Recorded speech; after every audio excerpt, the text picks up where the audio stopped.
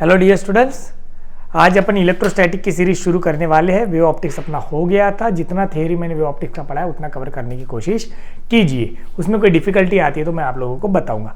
अब बहुत सारे बच्चों के मुझे मैसेज आते हैं, सर टेक्स्ट बुक में अलग दिखता है, आप पढ़ाते हो मैच नहीं हो पाता, इसलिए मैं टेक्स्ट बुक को साइड बाय रख के आज इलेक्ट्रोस्टैटिक कवर करने वाला, सो दैट आपको भी आइडिया आ जाए क्या क्या कंटेंट्स है, पूरा आप डिटेल में पढ़ सकते हो। और इधर हम उसी चीज़ को अपने वे से समझने की कोशिश करेंगे, सो दैट अपना पढ़ाई थोड़ा आसान वे से हो जाएगा। ठीक है। और आज टेलीग्राम की लिंक जो रहेंगी मेरे ग्रुप पे, मतलब अपने डिस्क्रिप्शन में, उस पे जाके प्लीज उस टेलीग्राम चैनल को सब्सक्राइब कर लेना। वहां पे मैं इलेक्ट्रोस्टैटिक्स के नोट्स भेजने वाला हूँ।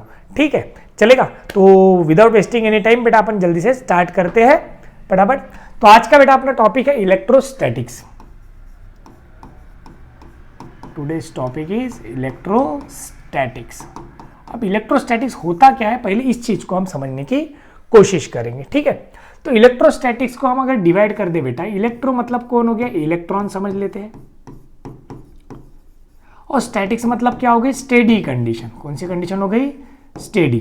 तो इलेक्ट्रॉन का स्टेडी कंडीशन, इलेक्ट्रॉन यानी क्या है बेटा, चार्ज। इलेक्ट्रॉन यानी क्या है, चार्ज। तो हम ऐसा बोल सकते हैं चार्ज एट रेस्ट। तो अगर हम रेस्ट पोजीशन में चार्ज का स्टडी करते हैं तब उसे हम क्या बोलेंगे बेटा, इलेक्ट्रोस्टैटिक्स बोलेंगे। मतलब in short we can say that study of charges at rest is terms at electrostatics. अब चार्ज क्या होता है, तो चार्ज हमें पता है, हम दो तरह के चार्ज समझते हैं, एक होता है पॉजिटिव, एक होता है निगेटिव। तो पॉजिटिव किसके कारण कंसिडर करते हैं बेटा, हम जनरली प्रोटॉन्स के कारण, और निगेटिव चार्ज किसके कारण करते हैं, इलेक्ट्रॉन्स के कारण। इन दोनों पे आने वाला चार्ज जो है बेटा वो सेम रहता है, मतलब इसका मैग्नीट्यूड क्या रहता है, same 1.8 into 10 to 1.6 into 10 to the power -19। ये काय में गिनते हैं हम, कूलम में। अब चार्ज का यूनिट बना कहाँ से, तो जैसे आप लोगों को बेसिक डेफिनेशन पता है, करंट की चार्ज बाय टाइम होता है। तो Q इज इक्वल टू क्या हो जाएगा बेटा, I इंटू टी। मतलब ये हो जाता है एम्पियर सेकंड। इस एम्पियर सेकंड को ही हम बोलते हैं बेटा कूलम्ब, और इसको हम कैपिटल सिंबल देते हैं C, और इसका डायमेंशन बनेगा एम्पियर के लिए A1, सेकंड के लिए T1। तो ये हो गई बेसिक डेफिनेशन। अब ये जो चार्ज है इसे प्रोड्यूस करने की अलग अलग वेज है बेटा। तो ऐसी कितनी वेज है टोटल, तो टोटल देयर आर 3 वेज। एक आता है बेटा, सबसे पहला है रबिंग, दूसरा आता है बेटा कंडक्शन, और तीसरा आता है इंडक्शन। तो ये बेसिक है बेटा 11th स्टैंडर्ड का जो हम देख रहे हैं। रबिंग मतलब अगर अपन ऐसे हाथ भी गर्म कर दे तो अपने हाथ पे भी चार्ज आ जाएंगे, और कॉटन के कपड़े के पास लेके जाएं तो कॉटन का कपड़ा स्टिक हो जाएगा, या फिर स्केल पट्टी को अपन हेयर में रब करेंगे और पीस ऑफ पेपर के पास लेके जाएंगे तो वो अट्रैक्ट हो जाएगा, क्योंकि वहां पे क्या प्रोड्यूस हो गया बेटा, चार्ज प्रोड्यूस हो गया। अब अगर कंडक्शन बोले हम, तो दो चीजों के कॉन्टैक्ट के कारण अगर एक जगह से दूसरी जगह चार्ज क्या हो रहा है, transfer, then we called it as a conduction. वही एक के पास चार्ज है, एक के पास चार्ज नहीं है, मैंने इसे इसके पास लाया, तो यहां से यहां अगर ट्रांसफर विदाउट कांटेक्ट चार्ज मिल रहा है तो उस मेथड को बोलेंगे हम इंडक्शन। ये हमें कहां पे दिया है बेटा, तो ये सब 11th का पार्ट है, तो इसी को थोड़ा सा और डिटेल में पढ़ते हैं। अब जो चार्ज है इसका डिस्ट्रीब्यूशन हमें समझना है। चार्ज का क्या करते हैं बेटा हम, डिस्ट्रीब्यूशन। तो डिस्ट्रीब्यूशन ऑफ चार्ज कैसे होता है उसको समझिए। अब डिस्ट्रीब्यूशन ऑफ चार्ज यानी एक पहला चार्ज हम बोलते हैं कि चार्ज पूरा सरफेस पे डिस्ट्रीब्यूटेड हो, जैसे कि ये स्फीयर है, इसके पूरे सरफेस पे मैंने क्या डिस्ट्रीब्यूट कर दिया बेटा, चार्ज कर दिया। दूसरा हो सकता है मैं पूरे वॉल्यूम में चार्ज डिस्ट्रीब्यूट कर दूं, पूरे स्फीयर में भर दिया मैंने चार्ज, तो ये वॉल्यूम में हो गया। तीसरा हो सकता है मैं पूरी लेंथ पे चार्ज लगा दूं, एक रॉड है जिसकी पूरी लेंथ पे क्या हो गया बेटा, चार्ज डिस्ट्रीब्यूट हो गया, है ना। तो ऐसा हम ले सकते हैं। अब होता क्या है, जब हम सरफेस पे चार्ज डिस्ट्रीब्यूट कर रहे हैं, यहाँ पे एक टर्म हम यूज करते हैं जिसे बोलते हैं बेटा सरफेस चार्ज डेंसिटी, जिसे हम लेते हैं Q डिवाइडेड बाय A। मतलब ये जो भी चार्ज होगा, ये Q, जो भी इस सरफेस का एरिया होगा A, तो चार्ज डिवाइड बाय एरिया, ये बन जाता है बेटा सरफेस चार्ज डेंसिटी। कौन सी चार्ज डेंसिटी बेटा, सरफेस चार्ज। वही अगर मैं पूरे वॉल्यूम में डिस्ट्रीब्यूट कर दूं, काय के अंदर, पूरे वॉल्यूम में, तो इसे हम बोलते हैं वॉल्यूमेट्रिक चार्ज डेंसिटी। कौन सी चार्ज डेंसिटी हो जाएंगे बेटा, वॉल्यूमेट्रिक। और अगर मैं लेंथ पे कर दूं तो इसे हम बोल देते हैं लीनियर चार्ज डेंसिटी बेटा। क्या बोलेंगे, लीनियर चार्ज। तो टोटल कितनी टाइप की डेंसिटी है, 3। एक सरफेस चार्ज डेंसिटी हो गया, जहां पे पूरे एरिया पे हमने चार्ज को डिस्ट्रीब्यूट करा था। दूसरा वॉल्यूमेट्रिक हुआ, जहां पे हमने पूरे वॉल्यूम में चार्ज को भर के रखा था, तो ये हो गया वॉल्यूमेट्रिक चार्ज डेंसिटी। और एक पूरे लेंथ पे चार्ज को डिस्ट्रीब्यूट करके रखा, तो ये हुआ लीनियर चार्ज। अब इसका मीनिंग क्या है, तो ये होता है बेटा कूलम पर मीटर स्क्वायर। इसका यूनिट क्या आएगा बेटा, कूलम पर मीटर क्यूब आएगा। इसका यूनिट क्या आएगा बेटा, तो कूलम पर मीटर आएंगे। इसके डायमेंशन आप लोग बना सकते हो। क्लियर। फिर ये जो चार्ज है, अगर दो चार्जेस आपके पास है तो उनके बीच क्या आ सकता है बेटा, फोर्स। तो वो हमें बताया किसने, तो कूलम्स ने बताया। किसने बताया बेटा, कूलम्स ने। तो कूलम्स ने हमें ये कहा, तो एक कूलम्स लॉ आता है, इसी के नाम पे अपना चार्ज का यूनिट पड़ा, कूलम साइंटिस्ट के नाम पे, बराबर। तो कूलम का कहना ऐसा पड़ा बेटा कि आपके पास अगर दो चार्जेस है, दो चार्जेस पॉजिटिव भी हो सकते हैं, निगेटिव भी हो सकते हैं, मतलब अपोजिट भी रह सकते हैं और सेम भी रह सकते हैं। अगर चार्जेस पॉजिटिव है या फिर दूसरा चार्ज निगेटिव है तो अपोजिट हो गया। तो अपोजिट चार्जेस के बीच एक फोर्स ऑफ अट्रैक्शन रहेगा, ऐसा कहना है इसका।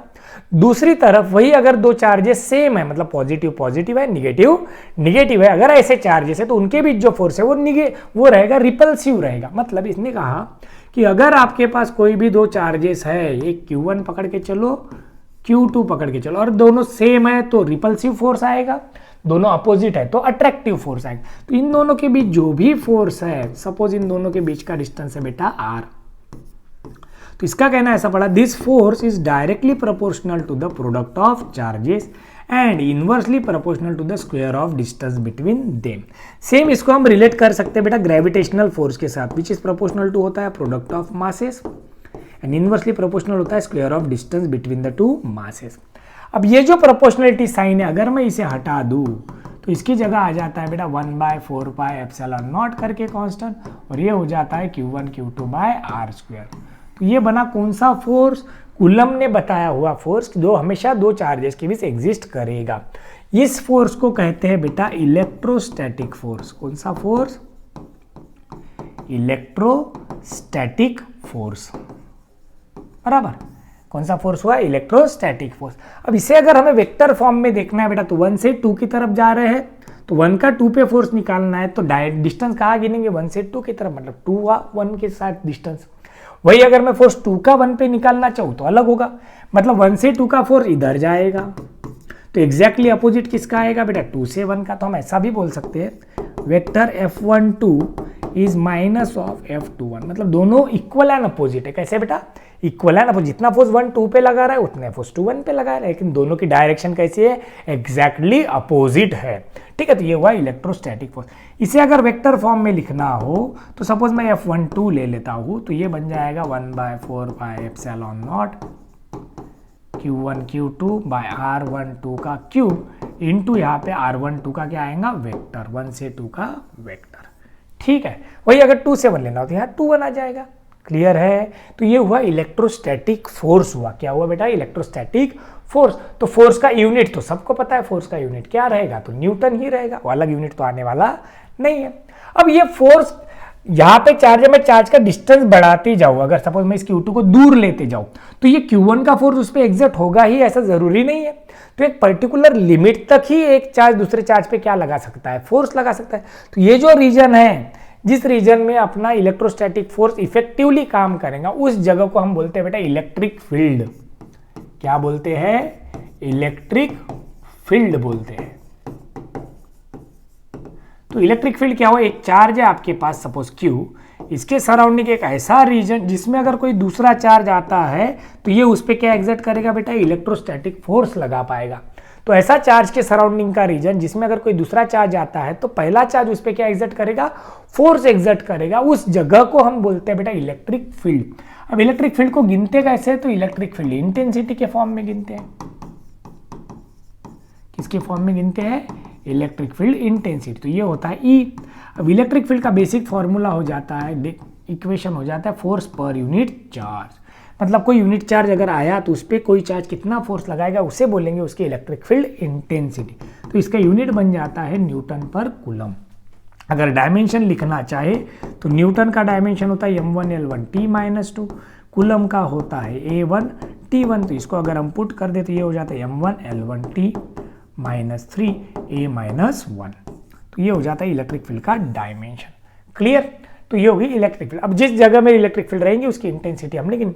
अब इलेक्ट्रिक फील्ड का एक प्रॉपर्टी ऐसा भी है, समझने की कोशिश करते हैं।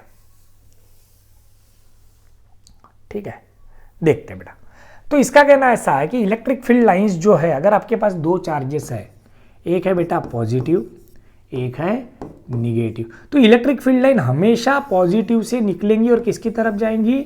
निगेटिव की तरफ। और इन लाइंस को ही बोलते हैं हम इलेक्ट्रिक लाइन ऑफ फोर्सेस भी बोलते हैं। क्या बोलते हैं? Electric line of forces. तो this are always away from positive and are always directed towards negative. किसकी तरफ जाएंगी बेटा? ये हमेशा निगेटिव की तरफ जाएंगी और हमेशा पॉजिटिव से बाहर निकलेंगी। अब इन इलेक्ट्रिक लाइन ऑफ फोर्सेस की कुछ बेसिक प्रॉपर्टीज है, शॉर्ट में समझ लेते हैं। ये लाइन ऑफ फोर्सेस कभी भी एक दूसरे को इंटरसेक्ट नहीं करेगी, कभी भी एक दूसरे को इंटरसेक्ट नहीं। अगर ऐसा पॉइंट आया जहां पे इंटरसेक्ट कर ले तो वहां पे इलेक्ट्रिक फील्ड जीरो हो जाएगी अपनी। ठीक है, ये चीज ध्यान में रखें। और इस इलेक्ट्रिक फील्ड लाइन को अगर हम कहीं पे भी टेंजेंट निकाले बेटा, क्या निकाले? टेंजेंट निकालते हैं, तो ये टेंजेंट हमेशा क्या रिप्रेजेंट करेगी? इलेक्ट्रिक फील्ड की direction at that point. Electric field की क्या रिप्रेजेंट करेगी बेटा? डायरेक्शन को रिप्रेजेंट करेगी उस जगह के टेंजेंट। क्लियर? ठीक है, तो ये हुआ बेसिक। अब ये जो इलेक्ट्रिक लाइन ऑफ फोर्सेस है, इनकी भीड़ देखो, यहाँ पे ज्यादा है, यहाँ पे ज्यादा है, यहाँ पे दूर दूर हो गई। तो जहां पे इलेक्ट्रिक लाइन ऑफ फोर्सेस की भीड़ ज्यादा है वहां पे इलेक्ट्रिक फील्ड इंटेंसिटी ज्यादा होगी, बराबर। तो ये जो इलेक्ट्रिक लाइन ऑफ फोर्सेस अगर हम एक आधे एरिया में से पास करें तो कितनी लाइन ऑफ फोर्सेस पास हो सकती है, उस पे बेस्ड एक डेफिनेशन आती है जिसे हम बोलते हैं बेटा इलेक्ट्रिक फ्लक्स। क्या बोलते हैं? इलेक्ट्रिक फ्लक्स बोलते हैं। तो इलेक्ट्रिक फ्लक्स क्या होता है, इसे हम डिनोट करते हैं बेटा फाई से, and is basically considered as E dot ds, integral of E dot ds। मतलब इसका कहना ऐसा है कि अगर आपके पास कोई एक एरिया है, यहाँ पे इलेक्ट्रिक फील्ड है बहुत सारी, अब इसमें से मैंने एक छोटा सा एरिया कंसीडर कर लिया, स्मॉल एरिया। ठीक है, अब इस स्मॉल एरिया का एरिया परपेंडिकुलर क्या होता है बेटा? एरिया को परपेंडिकुलर जो भी निकालते हैं उसे एरिया वेक्टर बोलते हैं। अब सपोज ये इलेक्ट्रिक फील्ड की लाइन है और ये कौन हो गया? अपना एरिया वेक्टर हो गया। ठीक है, तो इस स्मॉल एरिया में से कितनी इलेक्ट्रिक लाइन ऑफ फोर्सेस पास हो सकती है उसे बोलते हैं बेटा इलेक्ट्रिक फ्लक्स। क्या बोलेंगे? इलेक्ट्रिक। तो इसको दिया कैसे? Integral of E dot ds। तो E डॉट ds यानी क्या हो जाएगा? E ds cos थीटा हो जाएगा। तो थीटा कौन हुआ? इस एरिया वेक्टर और इस इलेक्ट्रिक फील्ड वेक्टर के बीच का एंगल। अगर ये दोनों एक ही लाइन पे आ गए तो थीटा जीरो हो जाएगा, उस केस में ये बन जाएगा E इंटू ds। ठीक है, तो ये है इलेक्ट्रिक फ्लक्स। अब इसके आगे जो आता है, इसी इलेक्ट्रिक फ्लक्स से अपना चैप्टर 12th का सिलेबस स्टार्ट होता है। ये सब कहाँ पे था बेटा? 11th में था। कहाँ था? 11th में। ठीक है, तो सबसे पहले आता है अपना गॉस लॉ। गॉस लॉ से अपना सिलेबस क्या होता है? स्टार्ट होता है। तो अभी अपन सिलेबस को स्टार्ट करते हैं। होप सभी बच्चों को यहाँ तक का समझ में आ गया होगा। अभी फटाफट हम सिलेबस को स्टार्ट करते हैं। ट्राई करता हूँ टॉपिक के बाद उसका सॉल्व न्यूमेरिकल भी अभी बता दूँ। ठीक है, देखते हैं, चलिए फटाफट।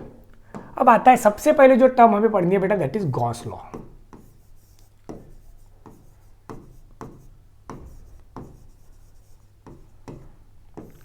गॉस लॉ का कहना ऐसा था, जो इलेक्ट्रिक फ्लक्स है इज इक्वल टू होता है, बोलते ratio of charge upon permittivity, charge enclosed by the surface divide by permittivity. अब मैंने परमिटिविटी एप्सिलॉन नॉट लिया है। एप्सिलॉन नॉट यानी परमिटिविटी ऑफ फ्री स्पेस होगी, कोई मीडियम रहा तो उसकी परमिटिविटी अलग से रहेंगी। ठीक है, तो गॉस लॉ का कहना ऐसा है कि इलेक्ट्रिक फ्लक्स क्या होता है, बोलते चार्ज डिवाइड बाय परमिटिविटी।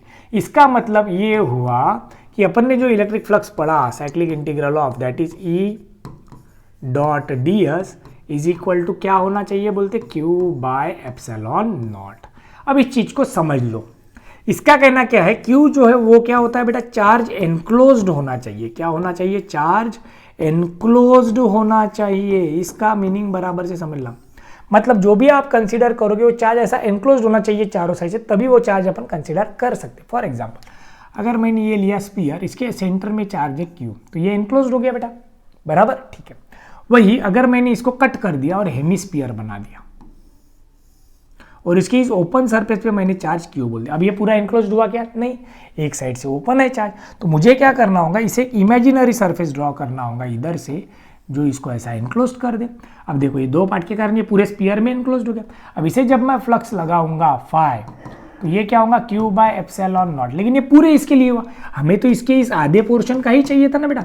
तो अपना जो एक्चुअल का होगा वो होगा क्यू बाय 2 एप्सिलॉन नॉट, मतलब इसका half. Five dash is equal to क्या हो गया बेटा 5/2 हो गया। समझ में आ रहा है। ऐसे ही अगर मैं क्यूब ले लूं, क्यूब सबको पता है बेटा, क्यूब को कितने फेसेस होते हैं 6। अब क्यूब के बीच में अगर चार्ज है तो उसके लिए क्या बन जाएगा 5 is equal to Q by epsilon naught. लेकिन अगर मुझे हर एक फेस के लिए अगर मुझे फाई निकालना है तो हर एक फेस का फाई क्या हो जाएगा बेटा क्यू बाय 6 एप्सिलॉन नॉट, क्योंकि टोटल फेसेस कितने हैं 6। तो इस चीज को समझ लेना है। गॉस लॉ ने जो चार्ज कंसीडर करा है बेटा वो कौन सा होता है एनक्लोज्ड बाय द सरफेस। क्या होता है एनक्लोज्ड बाय द सरफेस। आपको सोचने के लिए एक पॉइंट दे देता हूं मैं। सपोज ये क्यूब है,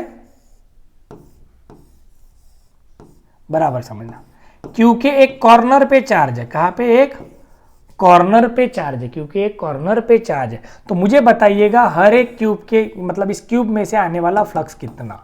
ये आपको टास्क रहेंगे, आप कमेंट करके मुझे बता सकते हो वीडियो देखने के बाद। तो मैंने कहा लिया क्यूब के कॉर्नर पे क्यू लिया बेटा। तो आप अगर मुझे इसे एनक्लोज करके इसका फ्लक्स निकालना है हर एक फेस के लिए, मतलब एक क्यूब का इस क्यूब में से आने वाला फ्लक्स कितना, तो आप लोग मुझे कमेंट करके बताइएगा। ठीक है, अब बढ़ते अपन आगे अपने सिलेबस पे जाते हैं। ठीक है, तो इस गॉस लॉ को हमें अप्लाई करना है अलग अलग फेसेस को, सरफेसेस को, और उसके लिए हमें क्या फाइंड करनी है बेटा इलेक्ट्रिक फील्ड इंटेंसिटी फाइंड करनी है। क्या फाइंड करनी है? Electric field intensity. तो चलिए बढ़िया तरीके से अभी अपन स्टार्ट करते हैं। अपने पास गॉस लॉ आ गया बेटा, ऑलरेडी गॉस लॉ क्या है अपने 5 equal Q by epsilon not, जिसे हम बोलते हैं cyclic integral of E into D S. Correct, ये हमें पता है। अब अपन उसे अप्लाई करते हैं। वो सिर्फ मैं कंटेंट देखने के लिए आप लोगों को बताने के लिए रखा हूं। तो अब सबसे पहला है बेटा electric field due to uniformly charge spherical shell और हॉलो स्फीयर। क्या एक स्फेरिकल शेल है या फिर हॉलो स्फीयर है, जिसके लिए हमें क्या निकालनी है बेटा इलेक्ट्रिक फील्ड इंटेंसिटी निकालनी है। क्या निकालनी है? Electric field intensity. मैं यहां पे सिर्फ हेडिंग डालता हूं स्फेरिकल शेल और हॉलो स्फीयर।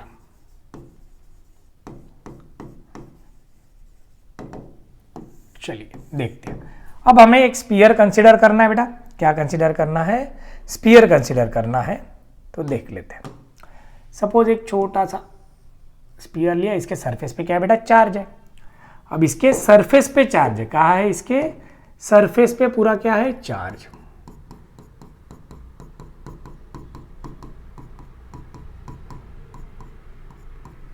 ठीक है, सरफेस पे क्या है पूरा चार्ज है। ठीक है, अब ये चार्ज तो इसके सरफेस पे। अब गॉस ने क्या कहा था हमें कि चार्ज कैसा होना चाहिए, रिलेशन अप्लाई करने के लिए चार्ज कैसा होना चाहिए बेटा एनक्लोज्ड होना चाहिए।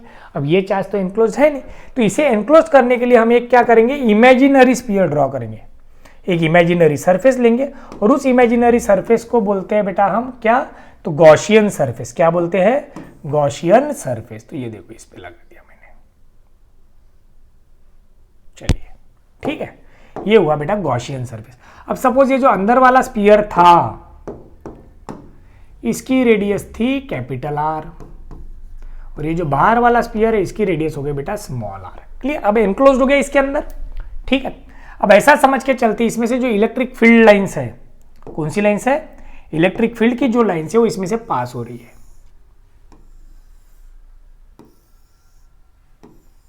In all possible direction. ठीक है, यूनिफॉर्मली बाहर जा रही है। क्या है? Electric field. और इलेक्ट्रिक फील्ड कैसे कंसीडर करी हमने? यूनिफॉर्म। कैसे कंसीडर करी? यूनिफॉर्म। अब मैं इस पे एक पॉइंट P कंसीडर करता हूं जहां पे मुझे इस स्फीयर की इलेक्ट्रिक फील्ड निकालनी है। क्या निकालनी है बेटा? स्फीयर की इलेक्ट्रिक फील्ड। तो इस P के सराउंडिंग में क्या करता है एक स्मॉल एरिया कंसीडर कर लेता हूं। ठीक है, तो कंसीडर वाला पार्ट चल समझ में आ गया। Consider hollow sphere of radius कितना हो गया आर। लेट क्यू क्या हो गया? उस पे का चार्ज हो गया। ठीक है, ई क्या हो गया? यूनिफॉर्म इलेक्ट्रिक फील्ड इंटेंसिटी हो गया। एक हमने इमेजिनरी गॉसियन स्फीयर निकाला जिसकी रेडियस कितनी है आर। तो ये आप कंसीडर का पार्ट पूरा लिख सकते हो। ठीक है, ओन लैंग्वेज में भी लिखा तो भी चलता है। ठीक है, अब आते हैं। तो यहां पे देखो अगर मैं इसका एरिया वेक्टर बनाऊं बेटा, ये इलेक्ट्रिक फील्ड का वेक्टर है, इसको एरिया को परपेंडिकुलर निकालो, एरिया वेक्टर भी यही आएगा। इसका मतलब इलेक्ट्रिक फील्ड और एरिया वेक्टर के बीच का एंगल कितना हो गया बेटा? 0 हो गया। मतलब जो हमने थोड़ी देर पहले पढ़ा तो cos थीटा की वैल्यू क्या होंगी? 0। अब हम गॉस लॉ लगाते हैं। तो गॉस लॉ ने हमें क्या बताया था? E into D S is equal to क्या होता है बोला? Q by epsilon naught. ठीक है, तो अब यहाँ पे ई डॉट डी एस, तो इसका मीनिंग क्या हो जाता है, E D S cos theta is equal to Q by epsilon naught. अब हियर कॉस थीटा तो जीरो है, तो ये क्या हो जाएगा, ई बाहर आ जाएगा क्योंकि यूनिफॉर्म है, ये हो जाएगा D S is equal to क्या बनेगा बेटा, क्यू बाय एप्सिलॉन नॉट बनेगा। अब डी एस इस बड़े वाले स्फीयर का छोटा सा एरिया, इसको इंटीग्रेट करेंगे अपन तो पूरा ये एरिया मिलेगा, तो इस छोटे बाहर वाले स्फीयर का एरिया क्या हो जाएगा, 4 pi are square is equal to क्या बचा, तो क्यू बाय एप्सिलॉन नॉट बचा। ठीक है, क्या बचा, क्यू बाय एप्सिलॉन नॉट। तो E इज इक्वल टू हो जाएगा 1/4 pi epsilon naught Q by R square. ठीक है कि यहाँ तक समझ में आ गया? ठीक है, सबको समझ में आ गया होगा। चलिए अब आगे बढ़ते हैं। ये हो गया एक पार्ट। अब यहाँ पे ध्यान देना, अब हमें पता है नाउ सिग्मा क्या था बेटा, ये जो स्पीयर है इसका चार्ज क्यू है और इसका एरिया क्या है, तो 4 पाई आर स्क्वायर है। तो इसके लिए मुझे, हमने थोड़ी देर पहले जो पढ़ा था, सरफेस चार्ज डेंसिटी। तो सरफेस चार्ज डेंसिटी क्या होता है बेटा, sigma is equal to Q by a होता है। तो क्यू इज इक्वल टू क्या हो जाएगा, सिग्मा इंटू ए हो जाएगा, मतलब sigma into 4 pi are square हो गया। तो मैं यहाँ पे क्यू की जगह अगर पुट करता हूँ तो E इज इक्वल टू क्या हो जाएगा, 1/4 पाई एप्सिलॉन नॉट, क्यू की जगह पे sigma into 4 pi are square, divide में ये आर स्क्वायर वैसे कि वैसा, 4 पाई कैंसल। तो E इज इक्वल टू बन जाता है sigma by epsilon naught R square by R square. ठीक है क्या, ये बन गई अपनी इलेक्ट्रिक फील्ड। अब इसमें अगर हम एक केस डालते हैं, सपोज एक केस 1 बोल दिया मैंने, if R is equal to R हो गया, मतलब ये जो पॉइंट P है इसको हटा के हमने यहाँ ला लिया, तो R और R बराबर हो जाएंगे, R और R बराबर हो गए तो ये कैंसिल हो जाएगा। तो E इज इक्वल टू क्या बन जाएंगे बेटा, सिग्मा बाय एप्सिलॉन नॉट। वही दूसरी केस, अगर R लेस देन R ले लिया मैंने, R क्या ले लिया, लेस देन R, तो इसके अंदर चले, तो अंदर तो चार्ज ही नहीं है बेटा, तो अंदर क्या हो जाएंगे, इलेक्ट्रिक फील्ड जीरो हो जाएगी। क्या हो जाएगी, electric field zero. Clear, yes और नो। तो यहां से हमें ये पता चलता है E is inversely proportional to R square है, E क्या है, inversely proportional to R square. Clear है, तो ये हो गया अपना पहला कंडीशन। तो देख लो यहाँ पे भी वही दिया है, स्फीयर कंसिडर करा था बराबर, तो हमने एप्सिलॉन नॉट लिया, परमिटिविटी ऑफ फ्री स्पेस, अगर मीडियम हुआ तो एप्सिलॉन की जगह पे, एप्सिलॉन नॉट की जगह पे एप्सिलॉन आ जाएगा। तो ये रिलेशन लगाया, इंटीग्रेट करा, ये मिल गया हमें E प्रोपोर्शनल। तो क्लियर है, दो कंडीशन भी हमने पढ़ ली। अब इस पे एक न्यूमेरिकल दिया है, उसको समझने की कोशिश करते। क्या बोला है, a sphere of radius 10 centimetre carries a charge of 1 microcoulomb. क्या दिया है बेटा, Q दिया है 1 माइक्रोकूलम। आगे charge of 1, calculate the electric field. क्या पूछा है, इलेक्ट्रिक फील्ड पूछी है। ओके, ये भी समझ गए।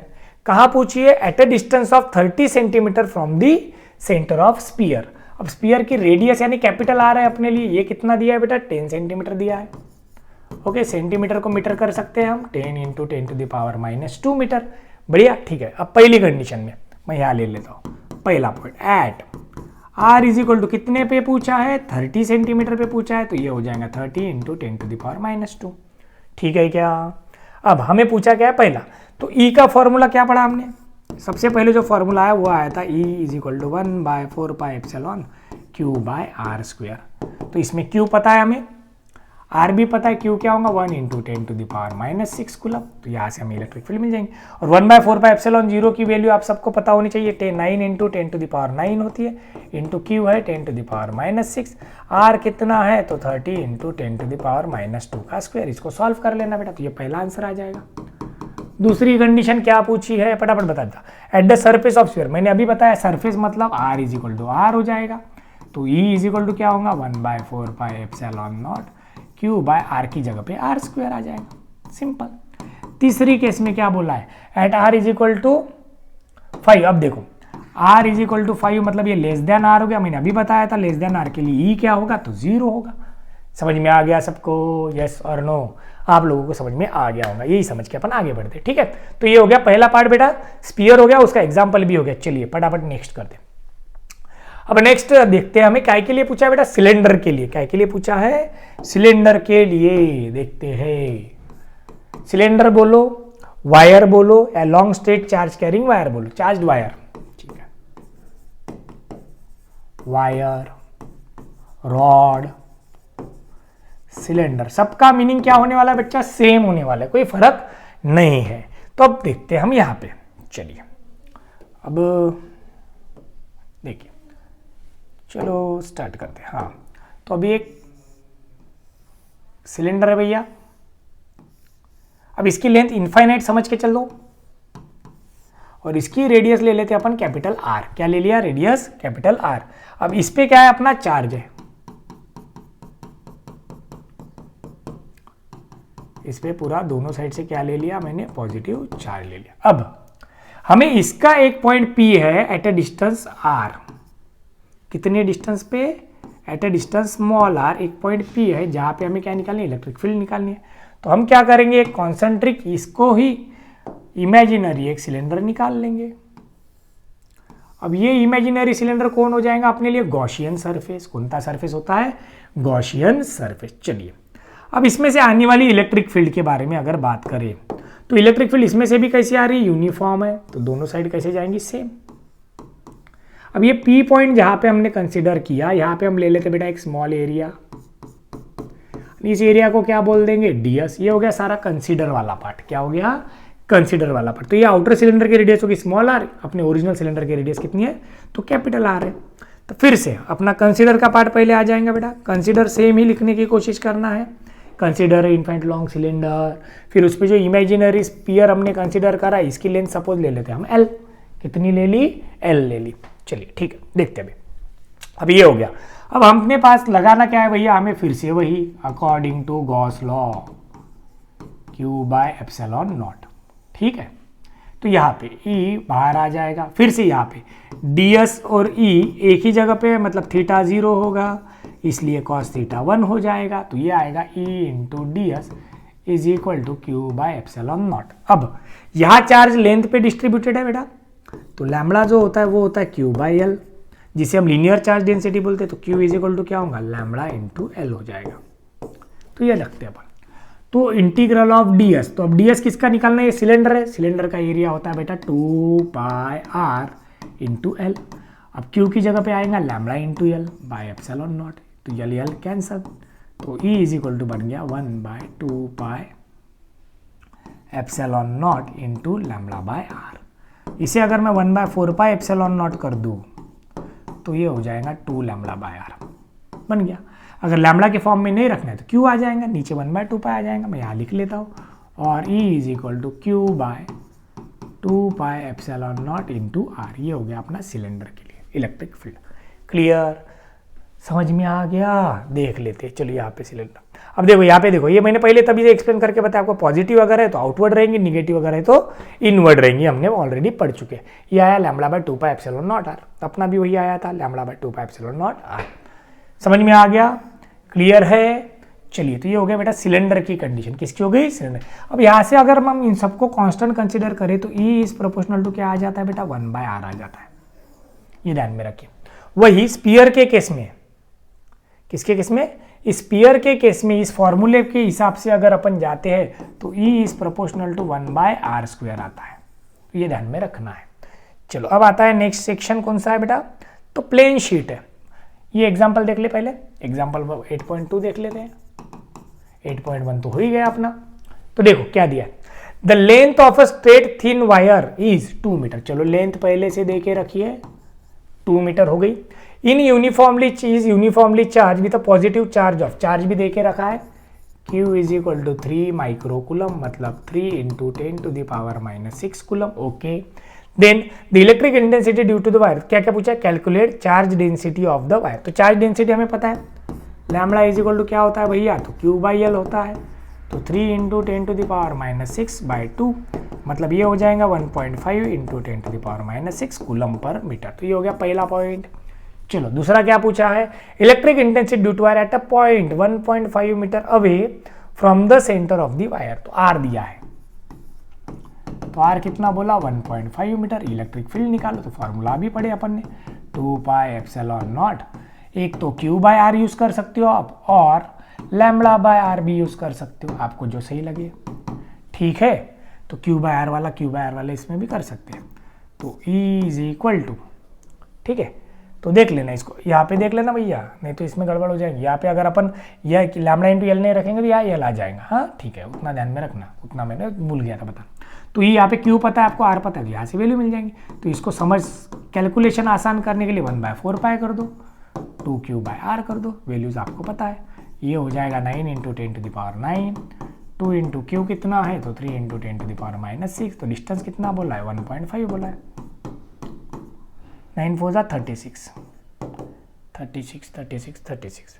ठीक है, तो इसको कैलकुलेशन बराबर कर लो थोड़ा सा। क्लियर है, यस और नो? तो यहाँ से अपना आंसर आ जाएगा, that is electric field intensity into L चाहिए, क्यू के फॉर्म में करेंगे तो इंटू एल, तो और 2 आ जाएगा, 2 से डिवाइड कर देंगे तो 2 2 कैंसल, 9 2 जा 18, 18 इंटू 10⁻⁹ 3। तो यहाँ पे 1.79 आया, तो ये ऑलमोस्ट कितना आ जाएगा 8 के बराबर आ जाएगा। ठीक है, तो 18 इंटू 10⁻³ बोलो या फिर 1.8 इंटू 10⁻⁴ बोलो, दोनों का मीनिंग क्या है, सेम है। क्लियर, समझ में आ गया? तो ये हुआ अपना एग्जाम्पल 8.2। ये सॉल्व वाले एग्जाम्पल बहुत आसान है, तो इतने तो करना ही है कम से कम। चलिए अब आते हैं प्लेन शीट पे। थर्ड पोर्शन क्या पूछा है, प्लेन शीट के लिए। अब प्लेन शीट क्या होती है बेटा, अब यहाँ पे लिख लेते हैं अपन, क्या बनाना है हमें, प्लेन शीट बनाना है। अब प्लेन शीट में 2 तरह की केसेस आती है, हमें तो टेक्स्ट बुक में एक ही कंडीशन दी है, वैसे 2 कंडीशन आ सकती है। अब प्लेन शीट कंडक्टिंग भी हो सकती है और नॉन कंडक्टिंग भी हो सकती है। तो यहाँ पे कहीं पे भी मेंशन नहीं है कि प्लेन शीट कैसी है। Electric field due to charge infinite plane sheet, सिर्फ उसके ऊपर चार्ज है, कंडक्टिंग है या नहीं इसके बारे में कुछ भी बोला नहीं, लेकिन अपन दोनों को समझने की कोशिश करेंगे। तो पहले प्लेन शीट जो हमें सिलेबस में उसी हिसाब से जाते हैं। तो एक प्लेन शीट है जिसके ऊपर क्या है, पूरा चार्ज डिस्ट्रीब्यूटेड है बेटा। क्या डिस्ट्रीब्यूटेड है, चार्ज, जैसा कि आपको दिख रहा है उधर भी डायग्राम में। आपके पास टेक्स्ट बुक होंगी, ओपन करके रख लो, फटाफट हो जाएंगी पढ़ाई। चलिए, तो अब इस पे एक पॉइंट P है, इससे एक पॉइंट P है, एक कुछ तो भी डिस्टेंस पे, और उस पॉइंट P का डिस्टेंस कितना लेते हैं अपन, सपोज इस शीट से डिस्टेंस है इसका R। तो ये पॉइंट P तो बाहर है। अब इस पॉइंट P को एनक्लोज करने के लिए एक इमेजिनरी क्या ड्रॉ किया हमने, एक सिलेंडर ड्रॉ किया, जिसके कारण ये पॉइंट P एनक्लोज हो गया। पॉइंट P क्या हो गया, एनक्लोज्ड हो गया हमारे कंसिडरेशन के बाद। ठीक है, चलेगा। अब ये जो चार्ज Q है, इसके हिसाब से सिग्मा इज इक्वल टू क्या होता है बेटा, Q/A होता है। तो Q इज इक्वल टू क्या होगा, सिग्मा इंटू A होगा। ठीक है, तो फिर से इलेक्ट्रिक फील्ड के फॉर्मूले पे जाते हैं। EdS is equal to Q/A, sorry Q/ε, by mistake हो गया। चलिए, Q/ε0। तो यहाँ से E into integration of ds क्या हो जाएगा, एरिया हो जाएगा। तो ये बन जाएगा Q/ε0। तो ये इधर चला गया, तो ये इज इक्वल टू Q/A/ε0 हो जाएगा। तो Q की जगह पे कौन आ जाएगा, सिग्मा/ε0। तो ये किस केस में हुआ भैया, नॉन कंडक्टिंग। नॉन कंडक्टिंग मतलब चार्ज एक ही साइड पे है, चार्ज क्या है, एक ही साइड पे। अगर ये प्लेन शीट कंडक्टिंग हो जाए, प्लेन शीट क्या हो जाए बेटा, कंडक्टिंग, तो ये चार्ज इधर से भी रहेगा और पीछे की साइड से भी रहेगा। मतलब ये जो है ये क्या बन जाएगा, 2q बन जाएगा। क्या बन जाएगा, 2q बन जाएगा। ये समझने की कोशिश करना है। अब यहाँ पे क्या करा इसने, बताते समय आपको, अगर आप बराबर दो E इंटू डी एच, ये एरिया 2 बार बता दिया। क्या बता दिया, एरिया 2 बार। एक्चुअल में ये कंडीशन कैसे होती है समझिए। अब यहाँ पे कंडीशन कंडक्टिंग वाली लगाइए। कैसे, तो ये जो चार्ज है ये इस साइड से दूसरी साइड भी चला गया, ऐसा जब समझते हैं तब ये फॉर्मूला बनता है। ये कौन से इसके लिए हुआ, नॉन कंडक्टिंग के लिए। तो यहाँ पे देखो, नाम कहीं पे भी नहीं लिया कंडक्टिंग, कंडीशन कौन सी लगाया बेटा, कंडक्टिंग वाली लगा, क्योंकि दोनों साइड से ले लिया इसने। तो अगर मैं यहाँ पे ले लूँ, क्लियर, यहाँ पे अगर हम ले लेते हैं तो एरिया दोनों साइड्स का लेंगे तो क्या होगा, ट्वाइस आ जाएगा। नहीं, इसी में लेते हैं इंटीग्रेशन ऑफ ट्वाइस, ये ट्वाइस एरिया हो गया। तो ये हो गया ट्वाइस ε0। ठीक है, क्लियर, इसी में ट्वाइस लगा देते हैं एरिया के लिए। तो ये कब है, Q/2 है, जब ये प्लेट कंडक्टिंग नहीं है। अगर कंडक्टिंग हो गई, इस चीज को समझ लेना बेटा, मैंने ds की जगह पे a लिया था, ये ट्वाइस लेना था। अब कंडक्टिंग अगर प्लेट होगी तो ये चार्ज भी दोनों साइड चला जाएगा। तो sigma is equal to charge भी क्या हो जाएगा, 2q हो जाएगा। चार्ज भी क्या हो जाएगा, तो कि उस केस में ये इलेक्ट्रिक फील्ड चेंज होकर बन जाएंगे बेटा सिग्मा/ε0। कैसे, तो यहाँ पे देखो, E इंटू ds आप करोगे इज इक्वल टू Q/ε0 है। तो यहाँ पे E इंटू 2a आ जाएगा, यहाँ पे भी क्या आ जाएगा, Q इंटू 2a आ जाएगा। 2a क्या हो जाएगा, कैंसल हो जाएगा। तो E इज इक्वल टू क्या बचेगा, सिग्मा/ε0। ये कौन सी केस में बन जाएगा, सिग्मा/ε0, कंडक्टिंग के केस में। नॉन कंडक्टिंग के केस में ये वाला ठीक है, तो समझ में आ गया सबको। तो यहाँ पे सिर्फ इंटीग्रेशन दोनों साइड लगा दिया उसने, पॉइंट पी इधर से भी लिया उधर से भी लिया, इस हिसाब से बताया। मैंने सीधे सीधे ले लिया, दोनों साइड का कंसीडर करना है भाई, ट्वाइस ले लो। समझ गए, क्योंकि एरिया ये वाला यहाँ पे आएगा तो इस साइड भी है और उस साइड भी है, ऐसा समझ लो। ठीक है, तो ये हो गई अपनी कौन सी कंडीशन बताया, electric field due to charge infinite sheet का के लिए, चार्ज इनफाइनाइट शीट के लिए। समझ में आ गया सबको? चलो, तो यहां तक सबको क्लियर है बेटा। तो हमने अभी इलेक्ट्रिक फील्ड की कितनी कंडीशंस पढ़ी, 3 कंडीशंस पढ़ी। कितनी कंडीशन पढ़ी? 3। एक होता है स्पीयर, उसके बाद हमने देखा सिलेंडर, उसके बाद हमने देखा प्लेन शीट। अब देखते हैं हमें क्या दिया है सिलेबस के हिसाब से, इलेक्ट्रिक पोटेंशियल या फिर पोटेंशियल एनर्जी। तो समझिए,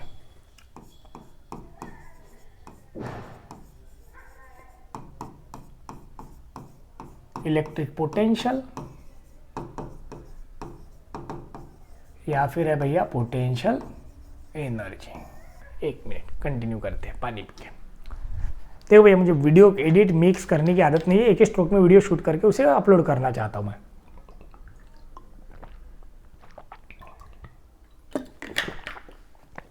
चलो देखते हैं इलेक्ट्रिक पोटेंशियल या फिर पोटेंशियल एनर्जी होता है।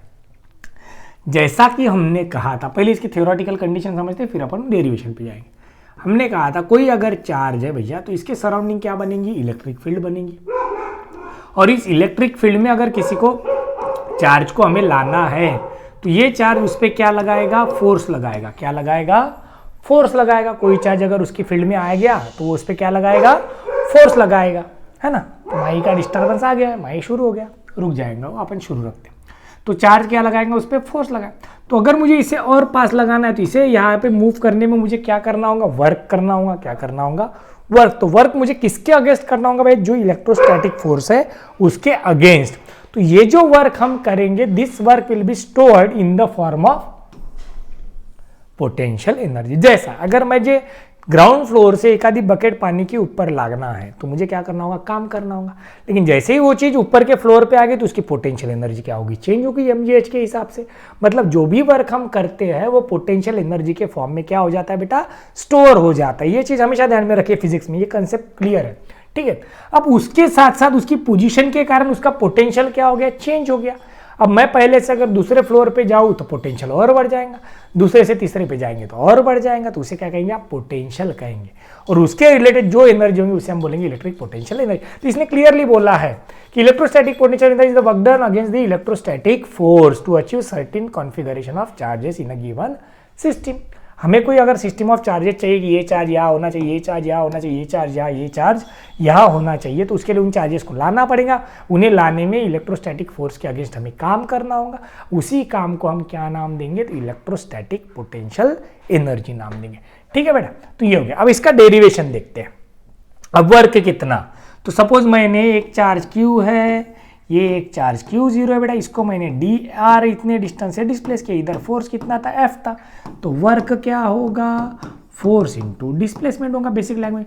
और इसको साइन क्या लगेगा भैया, माइनस, क्योंकि फोर्स की डायरेक्शन के अगेंस्ट आप वर्क कर रहे हो, इसलिए इसका साइन क्या रहेगा, माइनस रहेगा। अब अपन जाते हैं सीधे एक्सप्रेशन फॉर पोटेंशियल एनर्जी को अपन डिराइव करते हैं। ठीक है बेटा, तो ये हो गया बेसिक कंसेप्ट किसका, पोटेंशियल का और पोटेंशियल एनर्जी का। अब ये जो वर्क हमने किया, इसी को अगर हम पर यूनिट चार्ज समझे तो इसे हम बोलेंगे पोटेंशियल। क्या बोलेंगे, पोटेंशियल। हमने वर्क तो कर लिया, उसको अगर मैग्नीट्यूड ऑफ चार्ज से हम डिवाइड कर दे तो work done per unit charge, एक यूनिट चार्ज पे कितना काम हुआ उसे बोलते हैं उसका पोटेंशियल। क्लियर। ठीक है, तो वर्क को चार्ज से डिवाइड करेंगे तो पोटेंशियल मिल जाएगा, जरा पोटेंशियल एनर्जी। तो पोटेंशियल का यूनिट क्या बनेगा, जूल पर कूलम। जूल पर कूलम, जूल यानी क्या होता है, न्यूटन मीटर पर कूलम। तो ये हो जाएगा वी का यूनिट। क्लियर। ठीक है, चलिए अब अपन डेरिवेशन पे जाते हैं पोटेंशियल एनर्जी के। समझिए बेटा, आसान में से क्लियर करते हैं।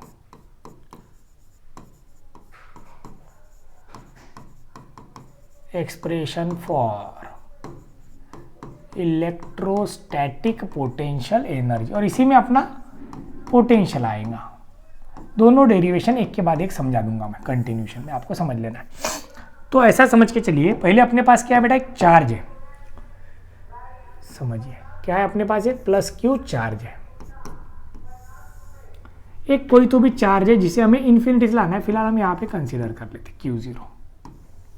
Q0 कोई एक चार्ज है जिसे हमें उस Q के पास लाना है। ठीक है, अब इसकी पोजीशन सपोज समझ लीजिए, पहले पोजीशन कितनी है इसकी, R1 है।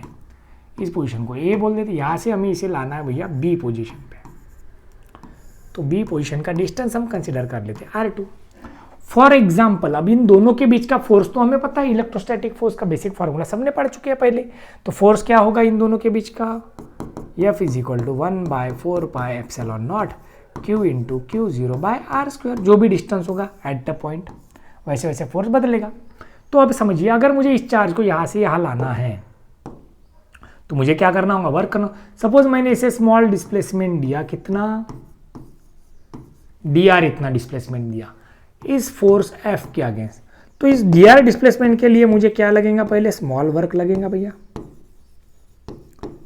तो स्मॉल वर्क डन को मैं बोल देता हूँ dw, dw क्या हो जाएगा, -F इंटू dr हो गया। क्या हो गया, -F into dr। Minus sign क्यों आया, क्योंकि हम फोर्स के अगेंस्ट काम कर रहे हैं, इसलिए -F इंटू dr आ गया। ओके, लेकिन अगर मुझे R1 से R2 जाना है तो मुझे इसे इंटीग्रेट करना होगा टोटल वर्क डन के लिए। Total work done is equal to integration आएगा, कहाँ से कहाँ तक, तो R1 से R2 तक -F इंटू dr। अब ये जो टोटल वर्क डन है, this total work done is used as a change in potential energy, ΔU बोल देंगे इसे। इसी वर्क को क्या बोलेगा, change in potential. Potential energy change कैसे हो रही, यहाँ से यहाँ पोजीशन बदल रही, यहाँ की एनर्जी अलग होंगी, यहाँ की एनर्जी अलग होंगी, तो इसलिए क्या हो गया, चेंज इन पोटेंशियल एनर्जी हो गई सिस्टम ऑफ चार्जेस की। ओके, तो अब ΔU के लिए हमें इसे इंटीग्रेट करना है, तो मैं यहाँ इंटीग्रेशन लगा देता हूँ R1 से भैया R2 तक, माइनस F की वैल्यू अपने पास है 1/4πε0 Q into Q0/r² into dr। अब ये सब बाहर आ जाएंगे, तो 1/4πε0 माइनस साइन के साथ Q इंटू Q0 वैसे के वैसा, इंटीग्रेशन में R1 से लेके R2 तक कौन रहेगा भैया, तो 1/r² रहेगा। तो 1/x² का इंटीग्रेशन क्या होता है, -1/x, तो इसलिए 1/4πε0 Q इंटू Q0, इसका डेरी इंटीग्रेशन क्या हो जाएगा, 1/r हो जाएगा। कहाँ से कहाँ तक, तो R1 से R2 तक। अब अपर लिमिट माइनस क्या लगाएंगे, लोअर लिमिट लगाएंगे, 1/4πε0 Q इंटू Q0, ये हो जाएगा अपर लिमिट में -1/2, माइनस ऑफ माइनस अब क्या हो जाएगा, प्लस हो जाएगा। अब ये माइनस साइन अगर हम अंदर लेके जाए तो ये बन जाएगा 1/4πε0 Q into Q 1/r2 minus 1/r1। चलिए ये हो गया अपना इक्वेशन किसका, चेंज इन पोटेंशियल एनर्जी का। समझ में आ गया बेटा इतना डेरिवेशन, ये हुआ पोटेंशियल एनर्जी का बेसिक डेट। लेकिन अब समझिए अगर मैं R1 इन्फिनिटी से लाया बोलूंगा तो R1 की वैल्यू इन्फिनिटी पुट करनी होगी, और R2 को मैं बोल दूंगा कि R है, तो यही इक्वेशन क्या हो जाएगा जो अपना ΔU आया है 1/4πε0 Q इंटू Q0, क्या आया था अपना 1/r2 माइनस 1/r1, ये आया बेटा। इफ R1 को मैं बोल दूं कि चार्ज को हमने कहाँ से लाया, इन्फिनिटी से लाया, किस पोजीशन पे लाया, R2 is equal to R पे लाया, तो ΔU इज इक्वल टू हो जाएगा 1/4πε0 Q इंटू Q0, यहाँ पे क्या बचेगा 1/r, और वो तो चला जाएगा। तो इन जनरल अगर हमें इसे लिखना है दो चार्जेस की लैंग्वेज में, तो ΔU क्या हो जाएगा 1/4πε0 Q1 Q2, इधर आता है 1/r2 माइनस 1/r1, या फिर अगर दोनों चार्जेस इन्फिनिटी से लाए हुए हैं तो Q1 Q2/r, ये हो जाता है अपना पोटेंशियल एनर्जी। ठीक है क्या। अब इसी को स्प्लिट करते हुए कंसेप्ट ऑफ पोटेंशियल बताया जाता है कि अगर मैं Q2 को अलग कर दूं तो वो Q1 का पोटेंशियल हो जाएगा, Q2 को रखते हुए Q1 को अलग करेंगे तो उसका पोटेंशियल हो जाएगा। तो देखो इसे ऐसा लिखते हैं 1/4πε0 Q1/r इंटू Q2 कर दिया, और इसी को लिख सकते हैं हम 1/4πε0 Q2/r इंटू Q1। अब दोनों को लिखने का मीनिंग क्या है, V1 into Q2 is equal to V2 into Q1 ΔU। तो इसका मतलब ये हुआ अगर मैं V1 लूँ तो V1 हो गया मेरे लिए 1/4πε0 Q1/r, और V2 हो गया 1/4πε0 Q2/r। मतलब अगर Q1 से R इतने डिस्टेंस पे मुझे पोटेंशियल देखना है तो ये फॉर्मूला लग जाएगा, Q2 से R इतने डिस्टेंस का पोटेंशियल कितना, तो ये फॉर्मूला लग जाएगा, तो ये हो गया पोटेंशियल। तो इस पे से ही डेल यू बाई क्यू यानी क्या हो जाएगा वी इज इक्वल टू हो जाएगा डेल यू बाई क्यू, मतलब work done per unit charge, यानी क्या बन जाता है भैया पोटेंशियल, क्या बन जाता है पोटेंशियल बन जाता है। तो इस चीज को थोड़ा समझना है। तो डेरिवेशन तो सेम है, ये यहाँ तक आ गया, लेकिन इसको रिप्रेजेंट करने का तरीका क्या हो जाता है, चेंज हो जाता है। सिंपल। तो मैंने जैसा पढ़ा है उसी हिसाब से अपनी डेरिवेशन लिखा तो भी चलेगा, बस कंसीडर का पार्ट पहले लिख लेना है। अब यूनिट सबको पता है, एनर्जी का यूनिट जूल होता है, और जूल को इलेक्ट्रॉन वोल्ट में भी हम लिख सकते हैं और इलेक्ट्रॉन वोल्ट का भी जूल कर सकते हैं। इलेक्ट्रॉन वोल्ट का जूल करना होगा तो 4 से मल्टीप्लाई कर दो 1.6 × 10⁻⁻19 से। ये देखो यहाँ पे कंसेप्ट ऑफ पोटेंशियल ऐसा सेपरेट बता दिया। तो इलेक्ट्रोस्टैटिक पोटेंशियल एनर्जी क्या होगी, इलेक्ट्रिक पोटेंशियल इंटू चार्ज, जो हमने अभी पढ़ा। ठीक है भैया, तो ये बन गया अपना एक्सप्रेशन किसका, तो पोटेंशियल का और चार्ज, इलेक्ट्रिक पोटेंशियल एनर्जी और पोटेंशियल। अब पोटेंशियल का डेरिवेशन देखो इसी के जैसा आगे दिया है, ये यहाँ पे electric potential due to point charge, है ना। तो यहाँ पे क्या हो जाएगा इसी डेरिवेशन में, समझिए ड्यू टू पॉइंट चार्ज। अब ये जो चार्ज है Q, इसको Q बोल दिया, और ये जो चार्ज है इसकी वैल्यू ले ली 1 माइक्रोकूलम, मतलब चार्ज 1 ले लिया। ठीक है, तो 1 लेने के कारण यहाँ पे जो Q0 है वो 1 हो जाएगा, Q की जगह पे कौन आ जाएगा, प्लस Q आ जाएगा देखो, और R² की जगह पे x² यूज करा। पूरा डेरिवेशन वही है, पूरा सेम टू सेम, बस यहाँ पे work done per unit charge निकाला हमने, क्योंकि ये जो चार्ज था आने वाला इसकी वैल्यू कितनी कंसीडर कर ली, यूनिट चार्ज कंसीडर कर ली। बाकी डेरिवेशन वैसे के वैसा आप लोग देख लेना, आपको समझ में आ जाएगा। Electric potential due to point charge, same derivation वैसे के वैसा है, बस बदला क्या, एक क्यू कम हो गया, कैपिटल क्यू को स्मॉल क्यू बोल दिया, बस बाकी कोई फर्क नहीं है, आप लोग उतना देख सकते हो। चलिए अब ये आता है एक condition, relation between electric field and electric potential, ये कैसे बना उसको समझते हैं। देखिए बच्चों,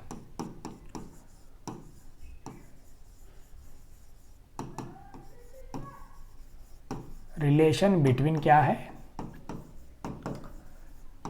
electric field and electric potential. इसको पहले मैं जैसे बता रहा हूँ शॉर्ट में वैसा समझने की कोशिश करिए। हमने पहले पढ़ा बेटा फोर्स, अगर दो चार्जेस है उनके बीच का फोर्स क्या होता है, 1/4πε0 Q × Q/r², फॉर एग्जाम्पल। अब इसको अगर मैं Q से डिवाइड कर दूँ तो इलेक्ट्रिक फील्ड मिल जाएंगी F/Q 1/4πε0 कैपिटल Q/r²। ठीक है, अब इसे मैं अगर मल्टीप्लाई कर दूँ डिस्टेंस से तो वर्क हो जाएगा, F × R से मल्टीप्लाई कर दिया। फॉर एग्जाम्पल मैं जनरल वे से बता रहा हूँ, टेक्निकल एस्पेक्ट से समझेंगे, Q/r² × R कैंसल। ठीक है, तो ये किसका बन गया फॉर्मूला, वर्क डन का बन गया। अब work done per unit charge यानी क्या हो जाता है, पोटेंशियल हो जाता है। ठीक है, तो अब यहाँ से देखिए, हमने बोला था work done per unit charge, अब वर्क क्या है, फोर्स इंटू डिस्टेंस, फोर्स में ये दोनों थे। वर्क डन को 4 से डिवाइड कर दे तो Q से डिवाइड कर दे तो क्या मिलता है, हमें पोटेंशियल मिलता है। अब यहाँ पे इसका कहना ऐसा है कि इलेक्ट्रिक फील्ड और पोटेंशियल के बीच रिलेशन जो दिया है वो हमें क्या दिया है, dV = -E × dx। कैसे आया, तो जैसे कि हमने पढ़ा अभी, force into per unit charge क्या ले लिया, पर यूनिट चार्ज अगर हम कर दे तो ये इक्वेशन और ये इक्वेशन क्या दिख रहा है, सेम दिख रहा है। ये और वर्क क्या दिख रहा है, सेम दिख रहा है। उसी चीज को इसने उठा के रख दिया, dW = F × dx यानी ही E × dx रख लिया। देखो पर यूनिट चार्ज करने के बाद ये Q चला जाएगा तो फोर्स और E क्या हो जाएगा, सेम। तो यहां पे ऐसा बोलते हैं, for unit charge F = E = 1/4πε0 Q/r² हो जाएगा। अगर दो चार्ज में से एक चार्ज कैसा है, यूनिट चार्ज है, तो dW क्या था, -F × dr था, तो ये हो जाएगा -E × dr हो जाएगा। और work done per unit charge यानी क्या होता है, पोटेंशियल होता है। तो ये dV = -E dr बन गया, तो E = क्या हो जाएगा, -dV/dr, या फिर सिंपली E = -V/r, हमें ये ध्यान में रखना है। तो उसको थोड़ा सा थ्योरेटिकली बता दिया उसने कि एक इलेक्ट्रिक फील्ड कंसीडर करो, आप एक चार्ज रखो पॉइंट प्लस Q, लेटेस्ट करो work done to move unit positive charge को उसके पास लाओ, तो उसमें लगने वाला वर्क क्या होगा, F × dx होगा, उसको E × dx बोल दिया, क्योंकि F और E क्या हो जाते हैं, सेम। अगर मैं ये Q1 पुट कर दूं तो ये फॉर्मूला और ये फॉर्मूला क्या हो जाता है बेटा, सेम हो जाता है। तो उस चीज़ को यूज़ करके उसने रिलेशन बना दिया। क्या रिलेशन बनाया? तो D V is equal to E into D X minus D V by D X. तो मैंने एक्स कहीं पे यूज ही नहीं किया क्योंकि हम आर यूज़ करते हैं, तो आर को ही यूज़ करेंगे ना अपन, डी एक्स में क्यों जाना फिर से। ठीक है, तो ये हो गया रिलेशन। अब जीरो पोटेंशियल कौन हुआ? अब ऐसी जगह जिसका पोटेंशियल जीरो होगा। अब अगर मैं इसको इन्फिनिटी पे लेके गया पोटेंशियल के फॉर्मूले के हिसाब से, अब ये वी का फॉर्मूला हमें मिला था, क्या मिला था वी का फॉर्मूला भैया? अरे थोड़ी देर पहले अभी तो देखा था हमने। हाँ, वी का फॉर्मूला क्या मिल गया था? 1/4πε0 Q/r। ये हमें मिला था। किसका फॉर्मूला मिल गया था? वी के लिए फॉर्मूला मिला था। अरे एक स्लाइड कहाँ गई वो? ये इधर थोड़ा बीच में एक स्लाइड ज्यादा हो गया। तो v आ गया था 1/4πε0 Q/r। अगर मैं r इन्फिनिटी पुट कर दूं तो v जीरो हो जाएगा। मतलब हम ऐसा बोल सकते हैं कि इन्फिनिटी पे चार्ज क्या था? जीरो था। तो कोई तो भी एक रेफरेंस पॉइंट है जहां पे पोटेंशियल हमें क्या लेना है? जीरो लेना है। तो जब इन्फिनिटी पुट करें तो पोटेंशियल जीरो हो गया। तो अर्थ पे अपन जनरली अर्थ को as a zero potential consider कर लेते हैं। जीरो पोटेंशियल एक ऐसा पॉइंट है जहां पे पोटेंशियल रहेगा नहीं। तो यहाँ पे देखो, the nature of potential such that is zero at point is arbitrary. कहीं तो भी है वो इन्फिनिटी पे, हमें पता नहीं। This does not mean that choice of zero point is insignificant. Once the zero point of potential is set then every potential is measured with respect to that reference. ऐसा रेफरेंस पॉइंट जिसके reference में हर जगह का potential हम गिनेंगे उसे बोलेंगे zero potential. Thus the potential in case of point charge और localised collection of charge zero potential set at infinity पे रहता है। कहाँ पे रहता है? इन्फिनिटी पे। लेकिन अर्थ पे हम कहाँ लेते हैं? अर्थ को ले लेते हैं अपन पॉइंट ऑफ जीरो पोटेंशियल। चलो अब एग्जाम्पल पे जाते बेटा। 8.4 क्या बोलता है? एग्जाम्पल 8.4 क्या कहा है? Potential at point a space is given as V A दिया है हमें 4 × 10⁵ वोल्ट दे दिया। ओके ठीक है। Find work done in bringing a charge of कितना? 3 माइक्रोकूलम। कितना चार्ज है? 3 माइक्रोकूलम। उसे कहाँ से लाना है बोलते? From infinity two point A. कहाँ लाना है? From infinity two point A. अब सपोज ये पहले से एक पॉइंट है ए, इसका यहाँ पे कुछ तो भी पोटेंशियल है, यहाँ पे हमें एक इन्फिनिटी से चार्ज लाना है, कौन सा? क्यू। तो ये जो वर्क है हमने थोड़ी देर पहले del U is equal to पढ़ा था बेटा वी इंटू क्यू। तो यही फॉर्मूला यूज होगा। तो वर्क डन क्या बन जाएगा अपने लिए? वी इंटू क्यू बन जाएगा। वी अपने पास दिया हुआ है, क्यू ला रहे हैं हम। तो वी कितना है? 4 × 10⁵ इंटू चार्ज कितना है? 3 × 10⁻⁻6। 4 3 12, 12 × 10⁻⁻1। ये हो गया अपना पहला वर्क डन। ओके ठीक है, मतलब 1.2 जूल। दूसरा क्या पूछा? Does the answer depends on path along which the charge is brought. नहीं, चार्ज का उससे कोई लेना देना नहीं कि चार्ज को कहाँ से लाया। आपने कहाँ से भी चार्ज को लाओ, एंड में उसकी पोजीशन मायने रखेंगे कि पहले चार्ज के कंपेरेटिव में कहाँ पे है। तो it is independent of the path followed by the charge. तो उसका कोई फर्क पड़ेगा नहीं। चलो बढ़िया। 8.5 भी वो भी देख लेते हैं। देखो 8.5 में क्या बोला है? If 120 joule of work is done in carrying a charge of 6 microcoulomb from a place where the potential is 10 volt to another place where the potential is V। मतलब पहले वर्क डन दिया है हमें, कितना किया बोलते हैं? 120 जूल इतना वर्क डन किया। काय के लिए? Is done carrying a charge of 6 coulomb. कितना चार्ज है? Q 6 कूलम का चार्ज है, जिसे कहाँ से लाया? From a place where potential is 10 volt. पहले एक जगह है जहां पे पोटेंशियल कितना है? 10 वोल्ट है। उसे एक दूसरी पोजीशन पे लाया, VB पे। कहा लाया? VB पे, जहां पे पोटेंशियल कितना है बोलते? V। ओके ठीक है। तो वर्क डन दिया हमें। अब A से कहा मूव हो रहा है बेटा? B मूव हो रहा है। तो वर्क डन क्या होगा? फाइनल माइनस इनिशियल होगा। सिंपली फाइनल माइनस इनिशियल होगा। तो work done AB is equal to क्या होना चाहिए? VAB into Q, potential into Q. तो वर्क डन तो हमें दिया है 120। VAB क्या होगा? VB minus VA into Q. तो यहाँ से VB minus VA is equal to क्या हो जाएगा? 120 डिवाइडेड बाई क्यू। तो VB मिल जाएगा। VB is equal to V is equal to 120 by Q plus VA। Values put करो, आंसर मिल जाएगा 120/6 प्लस 10। तो ये 20 प्लस 10 मतलब 30 वोल्ट। चलो है क्या 30 वोल्ट? हाँ 30 वोल्ट है। क्लियर? चलिए, तो अब अपन ने ये डेरिवेशन तो मैंने बताया आपको कैसे कंसीडर करना है। ये ग्राफ भी आप लोगों को समझ में, E प्रोपोर्शनल टू 1/r रहता है या फिर 1/r² रहता है, ये हमने देख चुके हैं इलेक्ट्रिक फील्ड के लिए। 8.6 देख लेते हैं। वायर इज बेंट चलो क्या है एग्जाम्पल 8.6,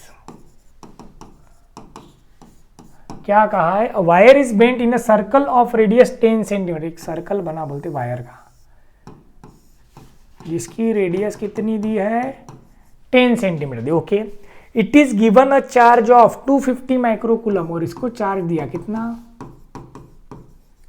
250 माइक्रोकूलम, मतलब 250 into 10⁻⁻6। Okay, then which spread on it uniform, पूरा उस पे है। What is the electric potential at the centre, अब सिंपल सी बात है, ये पूरा हर जगह क्यू तो सेम है ना भैया, यूनिफॉर्मली स्प्रेड हो गया, और इस क्यू से हमें इस सेंटर पे पूछा, तो सेंटर का डिस्टेंस कितना है आर, तो वी का फॉर्मूला हमने अभी पढ़ा है थोड़ी देर पहले, 1/4πε0 क्यू बाय आर, बस पुट ही करना है। 1/4πε0 की वैल्यू हमें पता है, क्यू हमें दिया है 250 इंटू 10⁻⁻6, रेडियस भी हमें दिया 10 centimetre, that is 10 into 10⁻²। Solve कर लेंगे, हमें पोटेंशियल मिल जाएगा। ओके, ठीक है, क्या क्लियर हुआ, समझ में आया बेटा? तो ये हुआ अपना कौन सा पार्ट तक आ गया अपन, यहाँ तक आ गया। अब इलेक्ट्रिक पोटेंशियल की पहली ये वाली कंडीशन आप लोगों को खुद देख लेना है, डेरिवेशन सेम है जैसा हमने पोटेंशियल एनर्जी का डेरिवेशन पढ़ा है। तो ऑलमोस्ट अपना 30 to 40% चैप्टर हो गया। अब आता है डायपोल, तो डायपोल से आगे का पार्ट अपन नेक्स्ट क्लास में देखेंगे, मैं बता देता हूँ नेक्स्ट क्लास में क्या क्या आने वाला है, यहाँ तक का आपको पढ़ लेना है बेटा। देखो डायपोल का डेरिवेशन आएगा नेक्स्ट क्लास में, ये due to system of charges क्या होता है वो हमें देखना है, ठीक है। Due to system of charges equipotential surface क्या होता है उसको अपन थ्योरेटिकली पढ़ लेंगे। फिर आएंगे इलेक्ट्रिक पोटेंशियल एनर्जी, सेम वही चीज़ बार बार रिपीट होने वाली है, कोई अलग नहीं है। Potential energy due to point charge N charges, इसको हम पढ़ लेंगे। तो टॉर्क पढ़ेंगे, डायपोल वाला कंडीशन पढ़ेंगे। तो ऑलमोस्ट हम डाई इलेक्ट्रिक्स तक नेक्स्ट क्लास में पढ़ने की कोशिश करने वाले हैं। पहले डेरिवेशन और वो वाला पार्ट पढ़ेंगे और डाई इलेक्ट्रिक वगैरह खत्म कर देंगे, ठीक है। फिर कैपेसिटर वाला पार्ट एक तीसरे क्लास में हम लेंगे, मतलब ऐसे 3 क्लास में मैं इलेक्ट्रोस्टैटिक्स को खत्म करने की कोशिश करूंगा। तो नेक्स्ट वीडियो हम डाई इलेक्ट्रिक्स तक पढ़ेंगे, फिर कैपेसिटर। अभी होमवर्क के तौर पे आप लोग एक्सरसाइज में के कुछ क्वेश्चन जो भी बच्चे प्रॉब्लम कर रहे होंगे तो वो कुछ क्वेश्चंस ट्राई कर सकते हैं अगर करना चाहे तो, अदरवाइज मैं एक्सरसाइज अलग से लूंगा एक बार, ठीक है। तो होप सबको सारी चीजें समझ में आ गई। आज हमने क्या क्या देखा वो भी देख लेते हैं एक बार।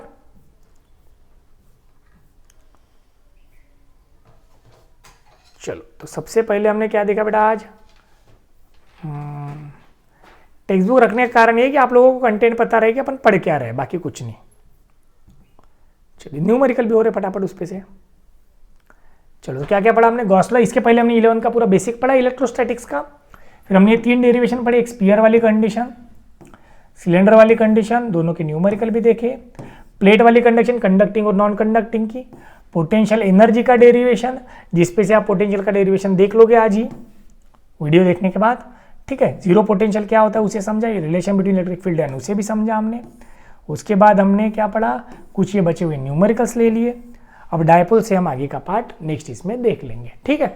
तो जितना पढ़ा है उतना पढ़ के आना, सो दैट आपको नेक्स्ट वीडियो आसानी से समझ में आ जाएगा। होप सबको सारी चीज़ें आसानी से समझ में आ गई होंगी। तो थैंक यू सो मच। तो चैनल को लाइक शेयर और सब्सक्राइब करना ना भूलिए। इलेक्ट्रोस्टैटिक अपना 3 क्लासेस में खत्म होने वाला है, ये समझने की कोशिश, with theory and solved example मैं बोल रहा हूँ, एक्सरसाइज की बात मैं नहीं कर रहा, ठीक है। तो थैंक यू सो मच।